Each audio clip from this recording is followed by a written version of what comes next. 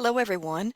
Welcome back to lecture number 5 on Southeast Asia and Africa in the early modern era. Please remember that in order to prepare for your unit exams, you must master the lecture terms found at the beginning of each PowerPoint slide set. If you'll recall from a prior lecture, India had been ruled by the Mughal Dynasty for several centuries since the 1500s. Over time, however, the Mughals will begin to suffer from a lack of effective leadership, especially by the time we get to the 17th century under Aurangzeb. While Aurangzeb was a strong leader, he certainly was able to add significantly to the land holdings of the Mughal dynasty at the cost of constant warfare. He's not really classified as an effective leader. He was certainly not beloved by his population. For example, growing tired of threats to his control, he reversed the centuries-long process of extending religious tolerance to the Hindu majority and people of other faiths. So, for instance, he took a hard line against so-called non-believers, non-Muslims, by reinstated the hated poll tax against them. He forbid the building of new Hindu temples. He even permitted the defacing and destruction of Hindu shrines. He interfered with Sikh believers as well, even executing some of their prominent leaders, leading to a full-scale uprising in the northeast Punjab region. Basically, his attitude towards Hinduism and other faiths hurt internal alliances that had taken several centuries to construct. Thus, his rule was marked by constant rebellion. The upshot of all of this is once Europeans began arriving in the Indian subcontinent, they're going to very quickly be able to exploit the divisions that had been created in recent years under Aurangzeb's rule. So for the first Europeans coming into the Indian subcontinent, their view is divide and conquer. If you don't have the numbers to take over this region, then what you do is you set up locals to fight one another and you exploit existing divisions. Even Aurangzeb seemed to have been partially aware of the ineffectiveness of his rule. He reportedly said on his deathbed, quote, "I have not done well to the country or to the people, and of the future there is no hope."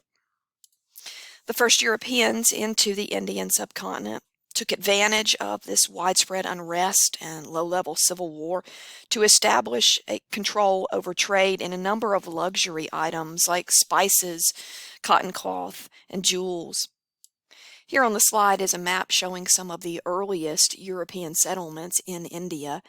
While the Portuguese had been in the continent since they arrived at Goa in 1510, the Mughals kind of kept them to the margins of their empire. But by the 17th century, other European powers began knocking at India's door. The Dutch East India Company was established, for instance, in 1602. The French came later, setting up several trading posts along the eastern shore. But it will be the English who will establish the largest and most long-lasting colonial relationship with the Indian subcontinent. The British will penetrate into the Indian subcontinent via a company that became known as the British East India Company.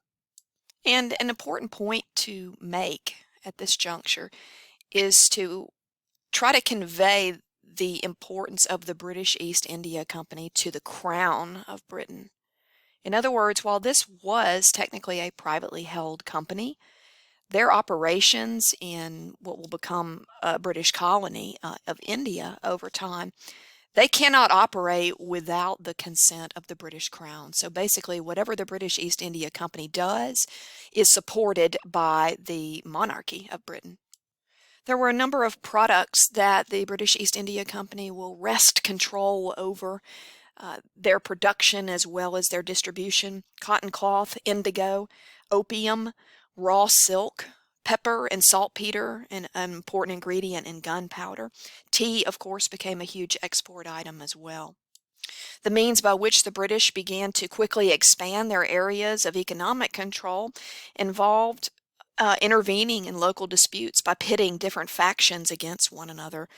Many local rulers, for example, who were Hindu, began to assert themselves, gaining some independence from the declining Mughal Empire by allying with the British in exchange for money and military assistance against their enemies.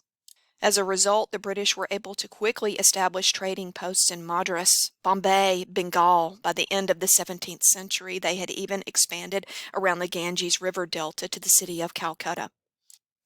And in order to defend their rapidly growing assets in the subcontinent, the British began training and employing Indian soldiers, local troops that became known as Sepoys. So now what started out as sort of an economic penetration into the Indian subcontinent takes on a political and military cast. In other words, now the British East India Company is not just an economic entity. It has its own troops. It's starting to morph into or change into not just an economic entity, but also a political and military force on its own. The company will then begin deploying their sepoy troops to put yes men into positions of local and regional authority. They will also use their military force to eventually expel the French and other European powers to continue to expand their domination over most of the region. So complete was this process by the end of the 18th century that one of the remaining Mughal rulers, Shah Alam II, started collecting a pension from the British government. In other words, he was basically paid off by the British East India Company and the British monarchy to do the bidding of these Europeans. What was good for Britain, though, was terrible for the native inhabitants of India. In addition to the deaths that were a direct result of the British beginning to expand militarily in the region, the locals were also losing control of their political offices. We'll see financial problems. A number of native Indian businessmen will simply lose their operations as the British muscle them out of the way and take over their operations. Not to mention the social pressures when the British come in, and as more and more of them pour into this region and bring their families with them, they will begin treating the native Indian peoples as second-class citizens in their own country. Perhaps this can be summed up best by the Marquess of Salisbury, who was the Secretary of State for India in the 1870s. This British official remarked that, quote, "India is to be bled," unquote.